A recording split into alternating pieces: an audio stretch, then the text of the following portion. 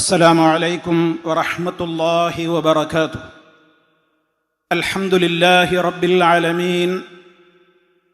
اللهم صل على محمد وعلى آل محمد كما صليت على إبراهيم وعلى آل إبراهيم إنك حميد مجيد. أما بعد، فأعوذ بالله من الشيطان الرجيم.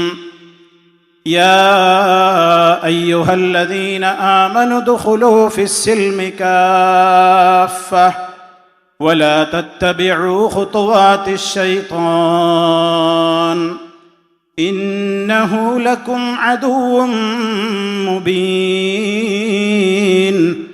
فإن زللتم من بعد ما جاءتكم البينات فاعلموا أن الله عزيز حكيم. സ്നേഹമുള്ള സഹപ്രവർത്തകന്മാരെ, നേതാക്കളെ, എൻ്റെ മുന്നിലിരിക്കുന്ന എൻ്റെ പ്രിയപ്പെട്ട വിദ്യാർത്ഥിനികളെ, പൊന്നനിയന്മാരെ, അനിയത്തിമാരെ, അല്ലാഹു സുബ്ഹാനഹു വ തആലയുടെ മഹത്തായ അനുഗ്രഹത്താൽ 29ാമത്തെ പ്രോഫ്കോൺ കേരളത്തിൻ്റെ പുറത്ത് സംഘടിപ്പിക്കപ്പെട്ട ഈ ഒരു മഹത്തായ സന്തോഷത്തിൻ്റെ പ്രാധാന്യമർഹിക്കുന്ന ഈ ഒരു സംഗമം സമാപനത്തിലേക്ക് നീങ്ങുകയാണ്. വളരെ ക്ഷീണിതരായി പ്രയാസപ്പെട്ട് 2-3 ദിവസങ്ങളിൽ മണിക്കൂറുകളോളമായി ഇവിടെ ഒരു തിരിച്ചുപോക്കിന് വേണ്ടി മടങ്ങിപ്പോകുവാനുള്ള യാത്ര മനസ്സിൽ കരുതിക്കൊണ്ട് കാത്തിരിക്കുന്ന നിങ്ങളുടെ മുമ്പിൽ ഏറെ പറഞ്ഞു മുഷിപ്പിക്കാനൊന്നും ഞാൻ ഉദ്ദേശിക്കുന്നില്ല. നിങ്ങളിവിടെ വന്നു, ഒരുപാട് കാര്യങ്ങൾ നിങ്ങൾ കേട്ടു, ഒരുപാട് കാര്യങ്ങൾ നിങ്ങൾ മനസ്സിലാക്കി കഴിഞ്ഞു. അല്ലാഹു സുബ്ഹാനഹു വ തആലയുടെ കൃത്യമായ സന്ദേശങ്ങൾ കേൾക്കുവാനുള്ള ഒരു ഭാഗ്യം ലഭിച്ചവരാണ്, അതിനു വേണ്ടി തെരഞ്ഞെടുക്കപ്പെട്ടവരാണ് ഇവിടെ ഇരിക്കുന്ന നിങ്ങൾ ഓരോരുത്തരും എന്നുള്ളത് അൽഹംദുലില്ലാഹ് അല്ലാഹുവിന് വളരെ സ്തുതിയോടുകൂടി നിങ്ങൾ ഓർക്കണമെന്നാണ് ആമുഖമായി എനിക്ക് ഓർമ്മപ്പെടുത്തുവാനുള്ളത്. ഒരുപാട് കാര്യങ്ങൾ അറിഞ്ഞപ്പോൾ ജീവിതത്തിൻ്റെ ഇന്നലകളെ കുറിച്ച് വളരെ ദുഃഖത്തോടെ, വളരെ പ്രയാസത്തോടെ, സങ്കടത്തോടെ ഈ സമ്മേളന നഗരിയിൽ വെച്ച് നിങ്ങൾ ചില തീരുമാനങ്ങളൊക്കെ എടുത്തിട്ടുണ്ടാകും. ആ തീരുമാനങ്ങൾ എനിക്കിനി എൻ്റെ ക്യാമ്പസിലേക്ക് മടങ്ങിപ്പോയാൽ എനിക്ക് നല്ലൊരു ജീവിതം ജീവിക്കണം എന്നുള്ളത് തന്നെയായിരിക്കും. കാരണം അത്രയ്ക്ക് നിങ്ങളുടെ മനസ്സിനെ പിടിച്ചു കുലുക്കുന്ന വിധത്തിലുള്ള സൃഷ്ടാവായ റബ്ബിൻ്റെ സന്ദേശങ്ങളാണ് നിങ്ങൾ കേട്ടത്. മഹാനായ റസൂലുള്ളാഹി സ്വല്ലല്ലാഹു അലൈഹി വസല്ലമിൻ്റെ തിരുമൊഴികളാണ് നിങ്ങൾ മനസ്സിലാക്കിയിട്ടുള്ളത്. അതുകൊണ്ട് തന്നെ അല്പമെങ്കിലും ഈമാനുള്ളത് കൊണ്ടാണല്ലോ നിങ്ങൾ ഇവിടെ എത്തിപ്പെട്ടത്. വിശുദ്ധ ഖുർആൻ പറയുന്ന ഒരു യാഥാർത്ഥ്യമുണ്ട്, ഫദക്കിർ ഫഇന്ന الذിക്റ തൻഫഉൽ മുഅ്മിനീൻ. മുഅ്മിനീങ്ങൾക്ക് ഉപകാരം ചെയ്യും, വിശ്വാസികൾക്ക് ഉപകാരം ചെയ്യും. എല്ലാവർക്കും ഉപകാരം ചെയ്തില്ലെങ്കിലും ഈമാനുള്ളവർക്ക് ഉപദേശങ്ങൾ ഉപകരിക്കാതിരിക്കില്ല എന്നുള്ളത് വിശുദ്ധ ഖുർആൻ നമുക്ക് വളരെ കൃത്യമായി തന്നെ പഠിപ്പിച്ചതെന്ന ഒരു യാഥാർത്ഥ്യമാണ്. നിങ്ങൾ തിരിച്ചു ചെല്ലുന്ന ക്യാമ്പസിനെ കുറിച്ച് എൻ്റെ പ്രിയപ്പെട്ട എല്ലാ വിദ്യാർത്ഥികളും മനസ്സിലാക്കേണ്ടത്, ഇവിടെ വന്ന നിങ്ങൾ മാത്രമേ ഈ ഖുർആനും ഹദീസുമൊക്കെ കേട്ടിട്ടുള്ളൂ. നിങ്ങൾ തിരിച്ചു മടങ്ങി ചെല്ലുന്ന നിങ്ങളുടെ ക്യാമ്പസ് പഴയ ക്യാമ്പസ് തന്നെയാണ്. നിങ്ങൾ താമസിക്കുന്ന ഹോസ്റ്റൽ റൂമുകൾ അതതിൻ്റെ പഴയ രൂപത്തിൽ തന്നെയാണ് നിലനിൽക്കുന്നത്. അവിടെയുള്ള നിങ്ങളുടെ കൂട്ടുകാർ, അതുപോലെ തന്നെ നിങ്ങളുടെ ആ കോളേജിൻ്റെ പരിസരം, അതിൻ്റെ സാഹചര്യങ്ങൾ അതൊക്കെ പഴയതുപോലെ തന്നെ നിലനിൽക്കുന്നുണ്ടാകും. അതിനിടയിലേക്കാണ് വെളിച്ചവുമായിക്കൊണ്ട് നിങ്ങൾ കടന്നു ചെല്ലുന്നത്. അത്തരം സന്ദർഭങ്ങളിൽ നന്നാവണമെന്ന് വിചാരിക്കുന്ന ആളുകൾക്കും ദിവസങ്ങൾ കഴിയുമ്പോൾ അവരുടെ മുമ്പിൽ തടസ്സമായി വരുന്ന ഒരു പ്രധാനപ്പെട്ട കാര്യം കൂട്ടുകാരാണ്. സാഹചര്യമാണ് എന്നെയും നിങ്ങളെയും നന്നാക്കുന്നത്, അതേ സാഹചര്യമാണ് നമ്മെ ദുഷിപ്പിക്കുകയും ചെയ്യുക. അതുകൊണ്ട് തന്നെ നമ്മൾ നല്ല ഒരു സാഹചര്യം, എന്തിന് എനിക്ക് രക്ഷപ്പെടണം, വീണ്ടും തിന്മയുടെ ചെളിക്കുണ്ടിലേക്ക് ഞാൻ പോയി ചാടരുത്, അതിനാവശ്യമായ ഒരു പ്രൊട്ടക്ഷൻ, ഒരു മുൻകരുതൽ, ഒരു സാഹചര്യം നമ്മൾ ഒരുക്കിയേ പറ്റൂ. ഒന്നാമതായി അതിന് വേണ്ടത് നമുക്ക് പ്രാർത്ഥനയാണ്, അള്ളാഹുവിനോടുള്ള പ്രാർത്ഥനയാണ്. യാ മുഖല്ലിബൽ ഖുലൂബ്, ഹൃദയങ്ങളെ മാറ്റിമറിച്ചു കൊണ്ടിരിക്കുന്ന അള്ളാഹുവേ, എൻ്റെ ഹൃദയത്തെ ഞാനിതാ ജീവിക്കുവാൻ ഉദ്ദേശിക്കുന്ന ഈ പ്രകാശപൂർണമായ സന്ദേശങ്ങൾ അനുസരിച്ച് ജീവിക്കുവാൻ നീ എനിക്ക് തൗഫീഖ് തരണേ എന്ന് എൻ്റെ പ്രിയപ്പെട്ട മക്കളെ നിങ്ങൾ നിരന്തരമായി പ്രാർത്ഥിച്ചു കൊണ്ടിരിക്കണം. രണ്ടാമത്, നിങ്ങളുടെ മാതാപിതാക്കളുമായി നിങ്ങൾ സദാ ബന്ധം പുലർത്തിക്കൊണ്ടിരിക്കണം. കാരണം ആ മാതാപിതാക്കളാണ് ഒരുപാട് പ്രതീക്ഷകളോടുകൂടി നിങ്ങളെ ഈ ക്യാമ്പസുകളിലേക്ക് പറഞ്ഞു വിട്ടത്. അവർക്കൊരുപാട് സ്വപ്നങ്ങളുണ്ട് നിങ്ങളെക്കുറിച്ച്. ആ സ്വപ്നങ്ങളൊക്കെ അവരിങ്ങനെ താലോലിച്ച് നിങ്ങൾ അവസാന സർട്ടിഫിക്കറ്റും വാങ്ങി കോൺവെക്കേഷന്റെ ദിവസത്തിൽ നിങ്ങൾ സർട്ടിഫിക്കറ്റുകളും ബിരുദങ്ങളൊക്കെ വാങ്ങി പുറത്തേക്കിറങ്ങി വരുന്ന കാഴ്ച കാണാൻ അവർ കാത്തിരിക്കുകയാണ്. ഒരുപാട് മോഹങ്ങളുണ്ട് അവർക്ക്. ആ രക്ഷിതാക്കളുമായി നിങ്ങൾ നിരന്തര ബന്ധം വേണം. ഏത് ഫീസ് കഴിഞ്ഞു, അല്ലെങ്കിൽ എനിക്ക് ഫീസിന്റെ അടക്കാനുള്ള സമയം കഴിഞ്ഞിട്ടുണ്ട് എന്നുള്ള കാര്യത്തിന് വേണ്ടി മാത്രമായിരിക്കരുത്. പല വിദ്യാർത്ഥികളും അവരുടെ മാതാപിതാക്കളുമായി ബന്ധപ്പെടുന്നത് ഫീസ് കിട്ടാനും സാമ്പത്തികമായ കാര്യങ്ങളൊക്കെ ലഭിക്കുവാനും വേണ്ടി മാത്രമാണ്. ചിലരൊക്കെ അത് ഉമ്മയിൽ ഒതുക്കും, ഉമ്മയെ കൊണ്ട് ഉപ്പയോട് പറയിപ്പിക്കും. ചില മക്കൾക്കൊന്നും ഉപ്പമാരോട് സംസാരിക്കുവാനുള്ള ഒരു പ്രത്യേകമായ താല്പര്യം പോലുമില്ല. അത്രയും അവരുമായി ഒരു അവഗണനയും ഒക്കെ കഴിച്ചു കൂട്ടിക്കൊണ്ടിരിക്കുമ്പോൾ ശ്രദ്ധിക്കണം. നമ്മൾ കാരണം നമ്മുടെ ഉമ്മയുടെ കണ്ണിൽ നിന്ന് ഒരു കണ്ണുനീരറ്റേണ്ടി വന്നാൽ, ഉപ്പ കരയേണ്ടി വന്നാൽ, ആ കണ്ണുനീരിന് പകരം നൽകുവാൻ ഒരിക്കലും നമുക്ക് സാധ്യമാവുകയില്ല എന്ന തിരിച്ചറിവുണ്ടാകണം. അതുകൊണ്ട് നിരന്തരമായി ഉമ്മയെയും ഉപ്പയെയും വിളിച്ചുകൊണ്ടിരിക്കണം. ക്ഷേമാന്വേഷണങ്ങൾ നടത്തണം. അവർ നിങ്ങളോടപ്പോൾ സ്നേഹത്തോടെ ചോദിക്കും. ഈമാനുള്ള ഉപ്പമാരും ഉമ്മമാരും നിങ്ങളോട് ചോദിക്കും, മോനെ ഇന്ന് നിസ്കാരം നിർവഹിച്ചിട്ടുണ്ടോ? ഇന്ന് നീ നിസ്കരിച്ചിട്ടുണ്ടല്ലോ അല്ലേ? ഇന്ന് നീ ഖുർആൻ ഓതിയിട്ടില്ലേ മോനെ? ഇന്ന് നീ ചൊല്ലേണ്ട ദിക്റുകളൊക്കെ രാവിലെയും വൈകുന്നേരവും ഒക്കെ ചൊല്ലിയിട്ടില്ലേ? നീ ഞങ്ങൾക്കൊക്കെ വേണ്ടി പ്രാർത്ഥിക്കുന്നില്ലേ എന്ന് പറയുമ്പോ സത്യസന്ധമായി ആ ഉമ്മയോട് മറുപടി പറയണം, ആ ഉപ്പമാരോട് മറുപടി പറയണം. അങ്ങനെ സത്യസന്ധമായി മാതാപിതാക്കളോട് നിങ്ങൾ അങ്ങോട്ടും അവർ നിങ്ങളോട് ഇങ്ങോട്ടും ഇടപെടുന്നവരോ നല്ല അന്തരീക്ഷം നിങ്ങൾ കൃത്യമായി നിലനിർത്തുകയാണെങ്കിൽ ഇടയ്ക്കിടെ ഉമ്മയും ഉപ്പയും നിങ്ങളെ അന്വേഷിക്കും. നിങ്ങൾ അങ്ങോട്ട് പങ്കുവെക്കുമ്പോൾ ഈ കാര്യങ്ങളൊക്കെ നിങ്ങളുടെ മനസ്സിലുണ്ടാകും. മൂന്നാമതായി വേണ്ടത്, ഉമ്മയും ഉപ്പയും ഒക്കെ അകലെയാണ്, ബന്ധുമിത്രാദികളൊക്കെ അകലെയാണ്. നിങ്ങൾക്ക് ചുറ്റും ഒരു വലയമുണ്ട്, അതാണ് നിങ്ങളുടെ കൂട്ടുകാർ. ആ കൂട്ടുകാരാണ് നിങ്ങൾ നന്നാവാൻ സമ്മതിക്കാതെ നിങ്ങളുടേതായ പ്രത്യേകമായ കാര്യങ്ങളിൽ ഇടപെട്ടുകൊണ്ട് വീണ്ടും തിന്മകളുടെ ചെളിക്കുണ്ടിലേക്ക് നിങ്ങളെ വലിച്ചഴക്കുക. ആ രൂപത്തിലുള്ള കൂട്ടുകാരാണോ? വളരെ ജാഗ്രത വേണം. പരിശുദ്ധ ഖുർആൻ 2-ാമത്തെ അധ്യായം സൂറത്തുൽ ബഖറ 208-ാമത്തെ ആയത്തിൽ അല്ലാഹു പറയുന്നുണ്ട്, യാ അയ്യുഹല്ലദീന ആമനു ദുഖുലൂ ഫിസ്സിൽമി കാഫ. സത്യവിശ്വാസികളെ, നിങ്ങൾ ഇസ്ലാമിലേക്ക് പരിപൂർണമായും പ്രവേശിക്കണേ. ഇസ്ലാം എന്ന് പറയുന്നത് വലിയ വ്യാപകമായ നിലക്കുള്ള വിശ്വാസങ്ങളും ആചാരങ്ങളും അനുഷ്ഠാനങ്ങളും അതിൻ്റെ വേഷവിധാനങ്ങളും എല്ലാ കാര്യങ്ങളും ജീവിതത്തിൻ്റെ എ മുതൽ സെഡ് വരെയുള്ള മുഴുവൻ കാര്യങ്ങൾക്കും വെളിച്ചം പകരുന്ന കൃത്യമായ നിലക്കുള്ള മതമാണ്. ആ ഇസ്ലാമിൽ നിങ്ങൾ പൂർണ്ണമായി പ്രവേശിക്കണേ. വലാ തത്തബിഉ ഖുതുവാതിശ് ശൈത്താൻ. ശൈത്താനിന്റെ കാലടിപ്പാടുകളെ നിങ്ങൾ പിന്തുടരരുത്. കാരണം ഇന്നഹു ലക്കും അദുവ്വും മുബീൻ. അവൻ നിങ്ങൾക്ക് വ്യക്തമായ ശത്രുവാണ്. അപ്പൊ നിങ്ങളുടെ കൂട്ടുകാർക്കിടയിൽ ആ നിലക്ക് നിങ്ങളെ തിന്മയിലേക്ക് പ്രചോദിപ്പിക്കുന്ന ആ നിലക്കുള്ള മോശപ്പെട്ട കൂട്ടുകാരുണ്ടോ എന്ന് തിരിച്ചറിയണം. അങ്ങനെ തിരിച്ചറിഞ്ഞു ജാഗ്രതയോടെ നിൽക്കണം. അതേ അവസരത്തിൽ നിങ്ങൾ വീണ്ടും അതിലേക്കങ്ങ് പോവുകയാണെങ്കിൽ, ആ സാഹചര്യം അങ്ങനെയാണ് വരുന്നതെങ്കിൽ നിങ്ങൾ ഓർക്കണം, നല്ല നല്ല കൂട്ടുകാരെ നിങ്ങൾ കണ്ടെത്തണം. നിങ്ങളിതാ ഇവിടെ എത്താൻ എന്താണ് നിമിത്തമായത്? നല്ല കുറെ കൂട്ടുകാർ അവരുടെ കടമ നിർവഹിച്ചതുകൊണ്ടാണ് നിങ്ങൾ ഇവിടെ എത്തിയത്. നിങ്ങളെ ഇങ്ങോട്ട് ക്ഷണിച്ചു, നിങ്ങളുടെ ക്യാമ്പസുകളിൽ വന്ന് നേരിട്ടും അല്ലാതെയും ക്ഷണിച്ചു. നിങ്ങൾക്കിവിടെ എത്താൻ സാധിച്ചു. ഇതേപോലെ ക്യാമ്പസിനകത്തും പുറത്തും നിങ്ങൾക്ക് സദാ ബന്ധപ്പെട്ടുകൊണ്ടിരിക്കാൻ കഴിയാവുന്ന ഇസ്ലാമിനെ കുറിച്ച് ബോധമുള്ള, മതബോധമുള്ള, നല്ല സൂക്ഷ്മതയോടെ ജീവിക്കുന്ന, വളരെയേറെ വൃത്തിയായ മനസ്സും സ്വഭാവവും ഒക്കെയുള്ള ആളുകളുമായി നിങ്ങൾക്കൊരു ബന്ധമുണ്ടാകണം. ആ ബന്ധത്തിൻ്റെതായ വലയവുമായി നിങ്ങൾ ഇടയ്ക്കിടെ ബന്ധപ്പെട്ടുകൊണ്ടിരിക്കണം. ആ വിധത്തിലുള്ള 3 പ്രധാനപ്പെട്ട കാര്യങ്ങൾ നമ്മുടെ സംരക്ഷണത്തിന് വേണ്ടി ഒരു സംരക്ഷണ കവചം എന്ന നിലക്ക് നമ്മൾ ഒരുക്കി തയ്യാറാക്കി നിലനിർത്തിയാൽ ഇവിടെ നിന്ന് കേട്ടത് നിങ്ങൾക്ക് നിലനിർത്തി കൊണ്ടുപോകുവാൻ സാധിക്കും. കാരണം എവിടെയാണോ കൂട്ടുകൂടുന്നത് അങ്ങോട്ടാണ് നമ്മുടേതായ മനസ്സ് ചായുക.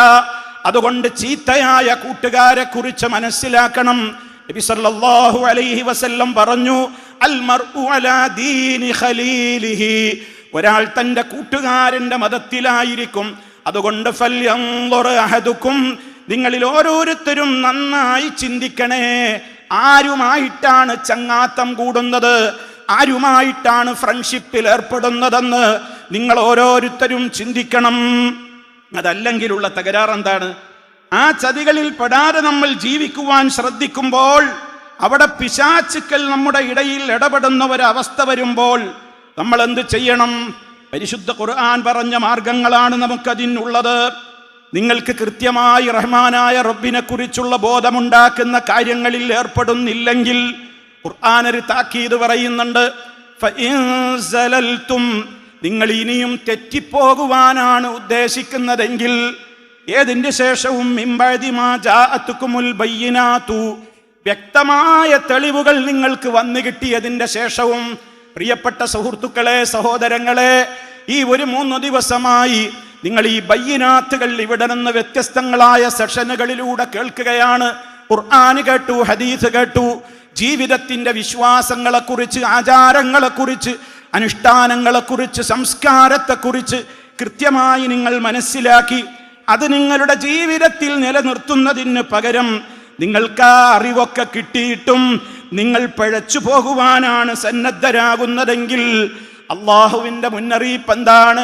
ഫഅലമൂ, നിങ്ങൾ അറിയണേ, അന്നല്ലാഹ അസീസുൻ ഹകീം, തീർച്ചയായും അള്ളാഹു പ്രതാപവാനാണ്, ശക്തവാനാണ്. നിങ്ങളെ പിടിക്കാൻ അവന് മൈക്രോ സെക്കൻഡുകൾ പോലും വേണ്ട. നമ്മൾ കാണുന്നില്ലേ, നമുക്ക് മരിച്ചു പോകണ്ടേ? എത്രയെത്ര മരണവാർത്തകളാ നമ്മൾ കേട്ടത്. എത്രയെത്ര ഡെഡ് ബോഡികളുമാണ് നമ്മുടെ മുമ്പിലൂടെ കടന്നുപോയത്. എത്രയെത്ര നമ്മുടെ കൂടെ പഠിച്ച ആളുകളാണ് ആക്സിഡന്റിൽ മരണപ്പെട്ടത്. എത്രയോ ആളുകൾ മഹാരോഗങ്ങൾക്ക് അടിമകളായി വെന്റിലേറ്ററുകളിലും അതുപോലെ തന്നെയുള്ള ചികിത്സയുടേതായ കേന്ദ്രങ്ങളിലൂടെയും അവർ വർഷങ്ങളായി ബോധമില്ലാതെ പോലും കിടക്കുകയാണ്. എവിടേക്കാണ് നമ്മൾ പോകുന്നത്? നമ്മൾ ചിന്തിച്ചിട്ടുണ്ടോ? പെട്ടെന്നുള്ള ഈ വിധത്തിലുള്ള മാറ്റങ്ങൾ ലോകത്ത് സംഭവിച്ചു കൊണ്ടിരിക്കുമ്പോൾ ആ ഒരു ദിനത്തെ കുറിച്ചുള്ള ഓർമ്മ അധികരിപ്പിക്കണമെന്നാണ് നമ്മോട് കൃത്യമായി നബി സല്ലല്ലാഹു അലൈഹി വസല്ലം പറഞ്ഞിട്ടുള്ളത്. അക്സിറൂ, നിങ്ങൾ അധികരിപ്പിക്കണേ. നമ്മുടെ നബി സല്ലല്ലാഹു അലൈഹി വസല്ലമിന് നമ്മോട് പറയാനുള്ള മുഖ്യമായ ഒരു നിർദ്ദേശമാണ് അക്സിറൂ, നിങ്ങൾ അധികരിപ്പിക്കണേ. ദിക്റ ഹാദിമിൽ ലദ്ദാത്ത്, നമ്മുടെ ജീവിതത്തിൻ്റെ എല്ലാ സുഖങ്ങളെയും സൗകര്യങ്ങളെയും മുറിച്ചു കളയുന്ന മരണമാകുന്ന സത്യത്തെ കുറിച്ച്. അത് എപ്പോഴാണ് വരിക എന്നറിയില്ല. അതിന് പ്രായം പ്രശ്നമല്ല, രോഗം വേണമെന്നില്ല.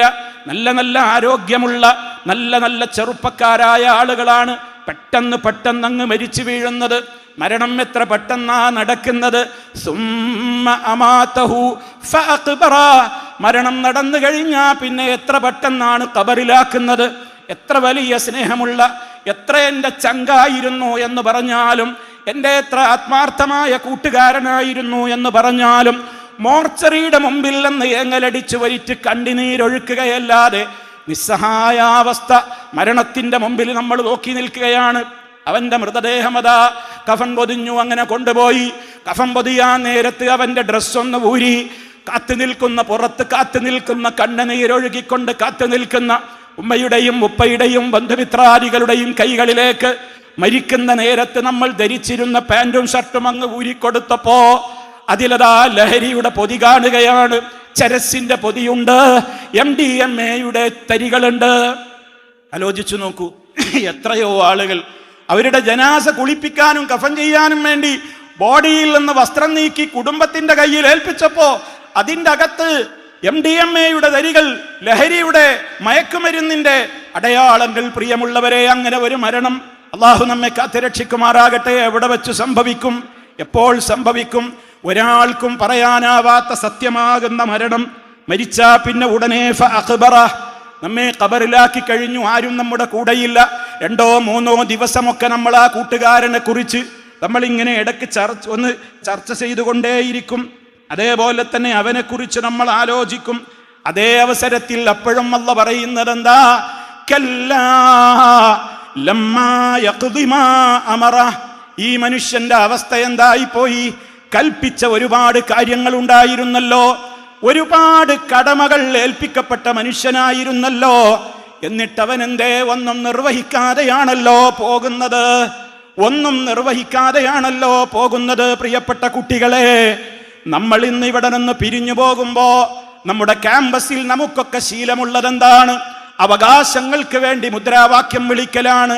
അവകാശങ്ങൾ നേടും വരെ, മരണം വരെ ഞങ്ങൾ പോരാടുമെന്ന് മുദ്രാവാക്യം വിളിക്കുന്നു. നമ്മൾ ക്യാമ്പസുകളിൽ ഘോരാവോ ചെയ്യുന്നു, നമ്മൾ പുറത്ത് പ്രകടനം നടത്തുന്നു, അടിപിടികളിൽ ഏർപ്പെടുന്നു, രക്തച്ചൊരിച്ചിലുകൾ ഉണ്ടാകുന്നു, ആരെയും വകവെക്കാത്ത നിലക്കുള്ള പലവിധത്തിലുള്ള കോമാളിത്തരങ്ങളിൽ നമ്മൾ ഏർപ്പെടുന്നു. പക്ഷേ ചിന്തിക്കണം, റഹ്മാനായ റബ്ബ് പറയുന്നില്ലേ, നമ്മെ ഖബറടക്കി കഴിഞ്ഞാൽ അതോടുകൂടെ നമ്മുടെ ജീവിതം തീരുന്നില്ലെന്ന് ഉറപ്പല്ലേ? സുമ്മ ഇദാ ശാഅ അൻശറ. അള്ളാഹു ഉദ്ദേശിക്കുന്ന സമയത്ത് റഹ്മാനായ റബ്ബിന്റെ വിളിയാളമുണ്ടാകുമ്പോ ഖബറിൽ നിന്ന് നമ്മൾ എല്ലാവരും അള്ളാഹുവിന്റെ കോടതിയിലെത്തുകയാണ്. അവിടെ നമുക്ക് രക്ഷപ്പെടാൻ സാധിക്കണമെങ്കിൽ, അവിടെ രക്ഷപ്പെടാൻ നമ്മൾ അവകാശങ്ങളെ കുറിച്ച് ഇങ്ങനെ സംസാരിച്ചത് കൊണ്ട് കാര്യമില്ല. എനിക്ക് കിട്ടാനുള്ളതൊക്കെ എനിക്ക് കിട്ടണമെന്നാണ് എൻ്റെ വാശി. അതെൻ്റെ അധ്യാപകരിൽ നിന്ന് കിട്ടണം, സ്ഥാപനത്തിൽ നിന്ന് കിട്ടണം, ഹോസ്റ്റലിൽ നിന്ന് കിട്ടണം, നാട്ടിൽ നിന്ന് കിട്ടണം, വീട്ടിൽ നിന്ന് കിട്ടണം. അവകാശങ്ങൾ നേടിയെടുക്കാൻ വേണ്ടി മരണം വരെ ഞാൻ പൊരുതുമെന്നാണ് നമ്മുടെ വാശി. അതിന് ഞാൻ എന്തും ചെയ്യും. പക്ഷേ ഒരു വേള ഒന്ന് സൈലന്റായി നമ്മളൊന്ന് ചിന്തിക്ക്. അവകാശങ്ങൾ മാത്രമാണോ എനിക്ക് കിട്ടേണ്ടത്? ഞാൻ ചില കടമകൾ നിർവഹിക്കേണ്ടതില്ലേ? എനിക്ക് ചില കടമകൾ മരിക്കുന്നതിൻ്റെ മുമ്പ് ഞാനും ചെയ്യേണ്ടതില്ലേ? എനിക്ക് മറ്റുള്ളവരിൽ നിന്ന് കിട്ടാനുള്ള അവകാശങ്ങൾ മാത്രമാണോ ഞാൻ മറ്റുള്ളവരോടും ചെയ്യേണ്ട ചില കടമകൾ ബാക്കിയാക്കിക്കൊണ്ട് ഞാൻ മരണപ്പെട്ടു പോയാൽ പരലോക കോടതിയിൽ ആര് എനിക്ക് വേണ്ടി വാദിക്കാനുണ്ടാകും? ഒന്നാമത്തെ കടമ നമ്മൾ മനസ്സിലാക്കേണ്ടത്, നമ്മെ ഇങ്ങോട്ടയച്ച പരിശുദ്ധനായ അള്ളാഹുവിനെ അറിയലാണ്. നേരത്തെ നിങ്ങൾ കേട്ടില്ലേ ഉദ്ഘാടന സംസാരത്തിൽ, അള്ളാഹുവിനെ അറിയലാണ് പ്രാഥമികമായ അറിവ്. അവന്റെ റസൂലിനെ അറിയലാണ് രണ്ടാമതായി വേണ്ടത്. ഇസ്ലാമിനെ കുറിച്ച് പഠിക്കലാണ് മൂന്നാമതായി വേണ്ടത്. അത് നിങ്ങൾ ഏത് തൊഴിലധിഷ്ഠിത, ഏത് പ്രൊഫഷണൽ മേഖലയിലെ വിദ്യാർത്ഥികളാണെങ്കിലും മരിച്ചു കഴിഞ്ഞാൽ എല്ലാവർക്കും ഖബറിലാണ് പോകേണ്ടത്. ആ ഖബറിൽ ഉടനടി ചോദ്യമുണ്ട്, മൻ റബ്ബുക, നിന്റെ റബ്ബാരടോ, നിന്റെ ദീനേതാണ്, നിന്റെ റസൂലായ മുഹമ്മദുൻ സല്ലല്ലാഹു അലൈഹി വസല്ലമിനെ കുറിച്ച് നിനക്കെന്തറിയാമെന്നുള്ള ഈ 3 പ്രധാനപ്പെട്ട ചോദ്യങ്ങൾ നേരിടാൻ എല്ലാവർക്കും ബാധ്യതയുണ്ട് പ്രിയപ്പെട്ട സുഹൃത്തുക്കളെ. അതുകൊണ്ട് തന്നെ ആ അറിവ് നേടിക്കൊണ്ട് അള്ളാഹുവിനെ മാത്രം വിളിച്ചു പ്രാർത്ഥിക്കുന്ന ആൾ ദൈവങ്ങളെ, അതേപോലെ തന്നെയുള്ള ദർഗകളെ അതിനു ചുറ്റും നടന്ന് കറങ്ങിക്കൊണ്ട് റബ്ബല്ലാത്തവരെ വിളിച്ചു പ്രാർത്ഥിക്കുന്ന ഒരു സമൂഹം ഇവിടെയുണ്ട്. അവര് മരിച്ചു മണ്ണറഞ്ഞു പോയ കെട്ടിപ്പൊക്കപ്പെട്ട ഖബറുകൾക്ക് ചുറ്റുമാണ് അവരുടെ വേവലാതികൾ പറയുന്നത്. അവരുടെ പ്രയാസങ്ങൾ അവരോടാണ് പറയുന്നത്. ആ ഖബറുകളെയാണ് അവർ ചുംബിക്കുന്നത്. ആ ഖബറുകളിന്മേലാണ് അവർ പട്ടുമൂടുന്നത്. അവിടെയാണ് അവർ സുഗന്ധം തെളിക്കുന്നത്. അവിടെയാണ് അവർ പൂമാല ചാർത്തുന്നത്. അതിൻ്റെ മുമ്പിലാണ് അവരുടെ പ്രാർത്ഥനകളെങ്കിലും അവർ സമർപ്പിച്ചു കൊണ്ടിരിക്കുന്നത്. ഇത് സൃഷ്ടാവായ റബ്ബ് പൊറുക്കാത്ത പാപമാണ്. ലോകത്തുള്ള സർവ്വ സൃഷ്ടികളെയും സൃഷ്ടിച്ചിട്ടുള്ള ഏകനായ സൃഷ്ടാവായ അല്ലാഹു സുബ്ഹാനഹു വ തആല, അവന്റെ മുമ്പിൽ നമ്മൾ ഡെയിലി പറയുന്നുണ്ട്, അഷ്ഹദു അൻ ലാ ഇലാഹ ഇല്ലല്ലാഹ്. ഞാൻ സാക്ഷിയാണ്, എന്നെ നോക്കിക്കോനാ അതിന്റെ അർത്ഥം. ഞാൻ സാക്ഷ്യം വഹിക്കുന്നു. എന്തിന്? അൻ ലാ ഇലാഹ ഇല്ലല്ലാഹ്, അല്ലാഹ് ഒഴികെ ഒരാരാധ്യനില്ല. അത് നമ്മുടെ ജീവിതത്തിൽ അങ്ങനെ തന്നെ ഉണ്ടാവണം. റഹ്മാനായ റബ്ബാണ് നമ്മുടെ എല്ലാ പ്രാർത്ഥനകളും എവിടെ വെച്ച് വിളിച്ചാലും കേൾക്കുന്നവൻ, അറിയുന്നവൻ, നമ്മെക്കുറിച്ച് നമ്മേക്കാൾ അറിയുന്നവൻ. അവനോട് നമ്മുടെ സങ്കടങ്ങളും നമ്മുടെ പ്രതീക്ഷകളും നമ്മുടെ എല്ലാ കാര്യങ്ങളും അവൻ്റെ മുമ്പിൽ സദാ നമ്മൾ തവക്കുലാക്കുക, അവനിൽ ഏൽപ്പിക്കുക. അവൻ വിധിച്ചതല്ലാത്ത മറ്റൊന്നും ഇവിടെ സംഭവിക്കുകയില്ല. അവൻ എനിക്ക് തരാൻ വിചാരിച്ചതൊന്നും ഇവിടെ തടുക്കാൻ ഒരാളെ കൊണ്ടും സാധിക്കില്ല.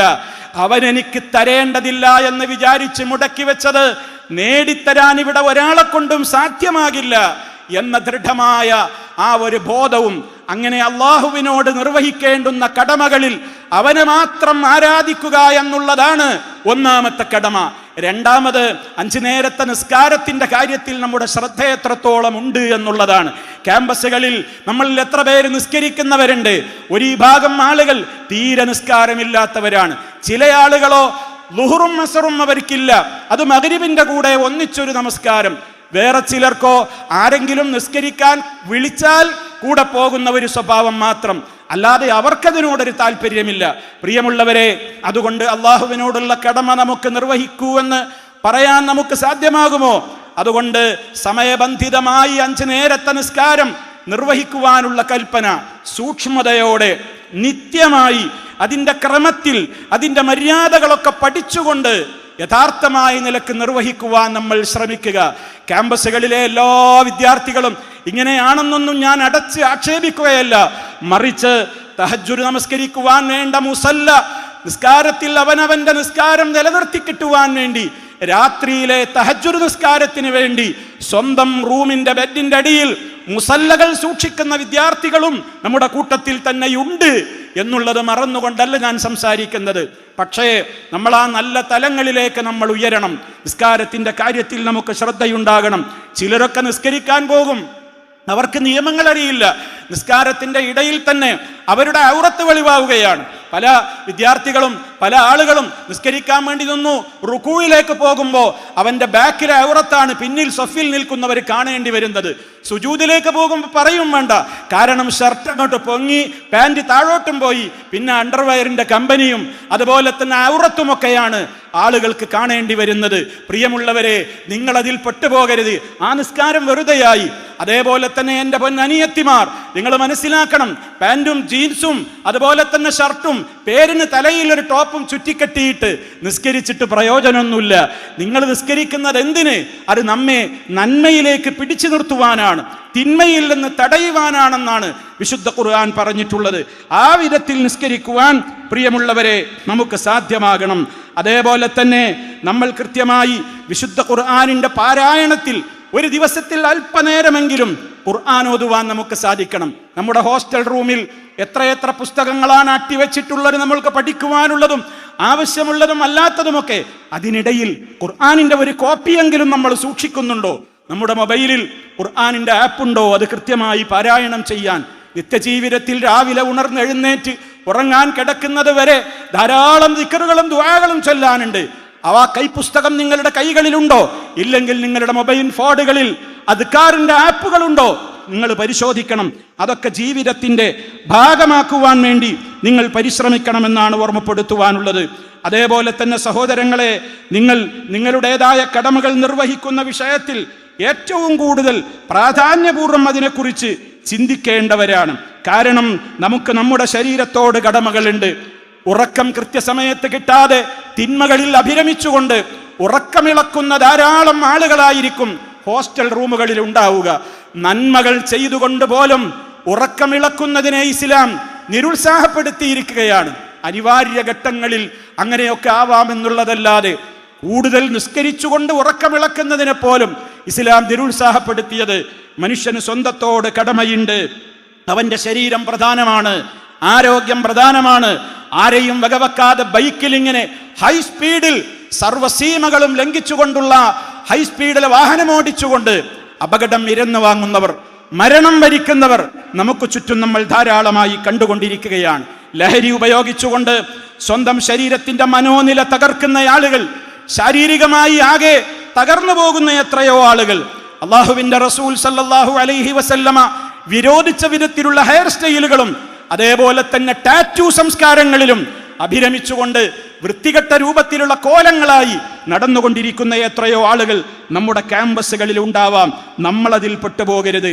നമ്മുടെ കുടുംബത്തോടുള്ള ബന്ധത്തിൽ മാതാപിതാക്കൾക്ക് വേണ്ടിയുള്ള നിരന്തരമായ പ്രാർത്ഥന എപ്പോഴും ഉണ്ടാകണം എന്നുള്ളത് നേരത്തെ ഞാൻ പറഞ്ഞത് നിങ്ങൾ മറന്നു പോകരുത്.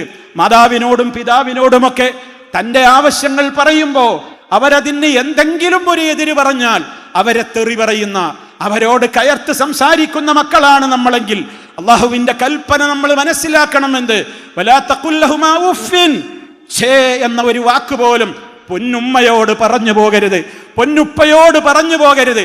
മറിച്ച് നിങ്ങൾ മാന്യമായി അവരോട് സംസാരിക്കൂ, ബഹുമാനത്തോടെ സംസാരിക്കൂ, നിരന്തരമായി അവർക്ക് വേണ്ടി നിങ്ങൾ പ്രാർത്ഥിക്കൂ. റബ്ബിർഹംഹുമാ കമാ റബ്ബയാനി സഗീറാ എന്ന് കരള് പൊട്ടി നമ്മുടെ മാതാപിതാക്കൾ നമ്മെ ഉറ്റുനോക്കുകയാണ് പ്രതീക്ഷയോടെ.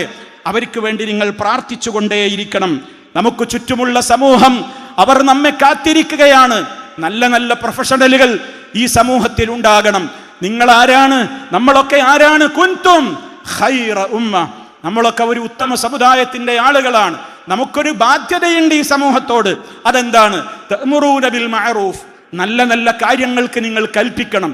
ചീത്തയായ കാര്യങ്ങളിൽ നിന്ന് വിട്ടുനിൽക്കുകയും ആ ചീത്തയായ കാര്യങ്ങളോട് പുറംതിരിഞ്ഞു നിൽക്കുവാനും നമുക്ക് സന്നദ്ധരാവാൻ സാധിക്കണം. നമ്മളിവിടെ എത്തിയത് അതേപോലെയുള്ള കുറെ ആളുകൾ നമ്മോട് ഇടപെട്ടത് കൊണ്ടാണ്. അതുകൊണ്ട് നാം കാരണം ഇനി വരും പ്രൊഫ്കോണുകളിലും വരും നല്ല നല്ല വിജ്ഞാന സദസ്സുകളിലും നമ്മുടേതായ ക്ഷണം സ്വീകരിച്ചുകൊണ്ട് എത്തുന്ന നൂറുകണക്കിന് വിദ്യാർത്ഥികൾ നമ്മുടെ ക്യാമ്പസുകളിലും ഉണ്ടാകുവാൻ നമുക്ക് സാധ്യമായാൽ നമുക്ക് കിട്ടാവുന്ന ജീവിതത്തിലെ ഏറ്റവും വലിയ സമ്പാദ്യം അത് തന്നെ ആയിരിക്കും. സഹോദരങ്ങളെ, നമ്മുടെ ചങ്കുകളാണെന്ന് നമ്മൾ വിശേഷിപ്പിക്കുന്ന നമ്മുടെ ക്ലോസ് ഫ്രണ്ട്സുകൾ നമുക്ക് നമ്മുടെ ഖബറോളം എത്തിയാൽ പോരാ, സ്വർഗത്തിലും അവർ നമ്മുടെ കൂടെ ഉണ്ടാകണം. സ്വർഗത്തിലും അവർ നമ്മുടെ കൂടെ ഉണ്ടാകണമെങ്കിൽ നമ്മൾ ഈ കേട്ടിട്ടുള്ള ആശയം, ഈ പഠിച്ച ആദർശം അത് നമ്മളെ കേട്ടിട്ടുള്ളൂ. സ്നേഹത്തോടെ നിങ്ങൾ അവർക്ക് പകർന്നു കൊടുക്കണം. അദ്ദീനു അന്നസീഹ, മതം എന്ന് പറയുന്നത് ഗുണകാംക്ഷയാണ്. എല്ലാവരോടും നമുക്ക് നല്ല നല്ല ഗുണകാംക്ഷയാണ് ഉണ്ടാവേണ്ടത്. സ്നേഹത്തോടെ, ആരോടും വെറുപ്പില്ലാതെ, പകയില്ലാതെ, വിദ്വേഷമില്ലാതെ നമ്മൾ പഠിച്ച ഈ സംസ്കാരത്തെ സ്നേഹബുദ്ധിയ അവരെ പറഞ്ഞു മനസ്സിലാക്കുവാൻ നമുക്ക് സാധ്യമാകണം. നമ്മുടെ സമയം വിലപ്പെട്ടതാണ്. അത് ഏതെങ്കിലും ആളുകളുടെ കോമാളിത്തരങ്ങൾ കണ്ട് കോമാളിയായി ജീവിക്കുവാനുള്ളതല്ല. പല പേരുകളിൽ ലൈവ് സ്ട്രീമുകളിൽ നിറഞ്ഞു നിൽക്കുന്ന പല കോമാളിക്കാരുമുണ്ടാകും, പല കോമാളി വേഷം കെട്ടിയവരുമുണ്ടാകും. അവരുടെ പ്രചാരകരും അവരുടേതായ പിൻഗാമികളും അവർ കാണിച്ചുകൊണ്ടിരിക്കുന്ന കോപ്പിരാട്ടികളും കോമാളിത്തരങ്ങളും ഏറ്റെടുക്കേണ്ടവരല്ല നിങ്ങൾ. അതേപോലെ തന്നെ നിങ്ങളുടെ പ്രായത്തിലുള്ള ആളുകളാണ് പലപ്പോഴും വിവാഹ മണ്ഡപങ്ങളിൽ എത്തി പേക്കൂത്തുകൾക്ക് നേതൃത്വം നൽകുന്നത്. ഏറ്റവും സുന്ദരവും മനോഹരവുമായ ഒരു നിമിഷം കാത്തു നിൽക്കുന്ന സ്ത്രീകളും പുരുഷന്മാരും വിവാഹത്തിന് വേണ്ടി തയ്യാറെടുത്ത് നിൽക്കുന്നവരും ധാരാളം ഒരുപാട് ആളുകൾ അങ്ങനെയല്ലേ? എൻ്റെ വിവാഹ ദിവസം എനിക്കെൻ്റെ റബ്ബ് തരുന്ന അനുഗ്രഹത്തിൻ്റെ ദിവസമാണ്, അതിൽ പേക്കൂത്തുകൾക്ക് ഞാൻ ഉണ്ടാവുകയില്ല. സ്ത്രീയുടെ വേഷം കെട്ടിക്കൊണ്ട് ആണുങ്ങൾ വെറും ആ രൂപത്തിലുള്ള വേഷം ധരിച്ചുകൊണ്ട് സ്റ്റേജിൽ വെച്ച് കോമാളിക്കളി കാണിക്കുമ്പോൾ അതിനൊക്കെ പ്രൊഫഷണൽ വിദ്യാർത്ഥികളെ, നമ്മുടെ ഭാഗത്ത് നിന്ന് ഈ സന്ദേശം ലഭിച്ച നിങ്ങളാരും ഇനി മുതൽ ഉണ്ടാകുവാൻ പാടില്ല.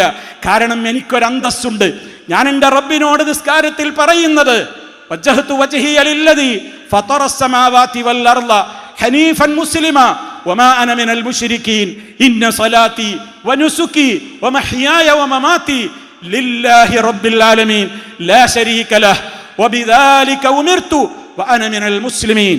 ഞാനൊരു മുസ്ലിമാണെന്നതിൽ ഞാൻ പ്രൗഡ്, ഞാൻ വല്ലാത്ത അഭിമാനമാണ് എനിക്കുള്ളത്.